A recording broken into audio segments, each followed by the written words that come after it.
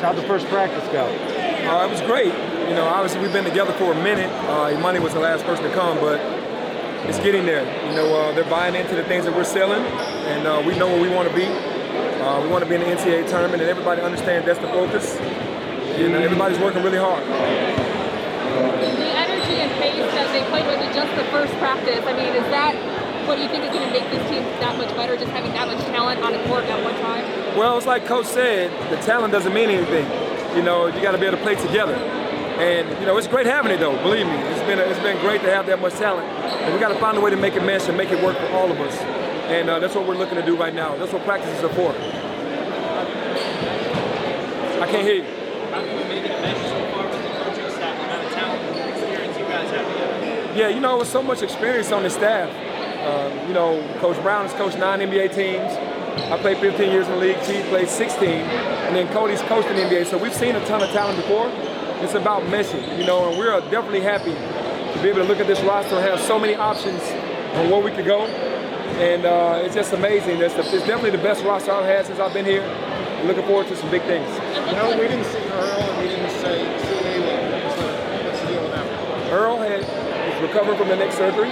Alo had a shoulder injury and just nursing a shoulder injury. So Earl 100%. Do you expect Earl to be 100%? Yes, Earl is much better now.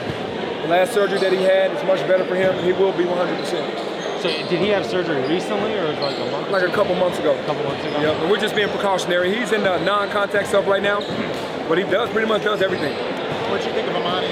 What have you seen of Imani at the point so far? I've seen growth from the first day until now. In the beginning, he was trying to figure it out. Now he's starting to pick his spots, understanding how to get other guys involved, because I challenged him, when you're at the point, you can't really try to score. You got to try to make plays for the teammates, and when you move over to the 2 or the 3, then you can be more of a playmaker and a scorer. So he's bought into that, so he looks pretty good. It looks like Larry was specifically with Jalen and Imani a lot. Is that by design, or is that just how? Well, it's pretty much all of us with the young guys. They're 17 years old. You know what I mean? So they're babies, and they came in the latest.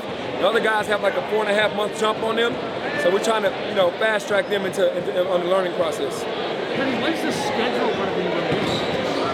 Your guess is better than mine. When you find out, let me know. No, I really don't know when the schedule is going to be released, honestly. But the most talented team you've ever had, clearly, you think it's the most talented team? Absolutely. With old and young mixed together with the talent, it's the most talented team we've had. And you had a number 1 class before. What's the biggest difference between this team and the number 1 class and the last team's the number 1 class?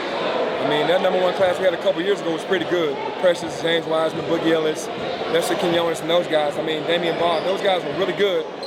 It just, you have higher ranked players. You have Imani and you have Jalen, both were number 1 and number 2 respectively in their class and reclassed up. And, you know, Josh Minot is a kid that a lot of people might not know, a John Camden, a Sam Onu, but are really good team players and bright futures. And then Jonathan Lawson, everybody knows Jonathan from Memphis. Those kids just know how to play the game and they're very hungry, but I guess the difference is the higher ranking of Imani and Jalen. We haven't talked to you since the conference realignment stuff happened. What were your thoughts on it? I mean, Houston, Cincinnati, UCF, those are good teams that left the league. Yeah, man. I mean, it's not a good deal for us, you know, with them leaving the conference. They're strong teams. But we just got to hope that, you know, the conference, you know, goes out and recruits, you know, someone that can come in comparable or just as good to come in and be ready to fill those spots. Those are tough teams to lose. A lot of talk lately about vaccinations and stuff. Where are you guys at, and what are your thoughts on it? We're only in support of, you know, what's right. Whatever the forum says, we're going to follow those protocols. So I have nothing against that. Do you have like is like all the team vaccinated, 90%? The whole entire team isn't vaccinated. Probably 90%.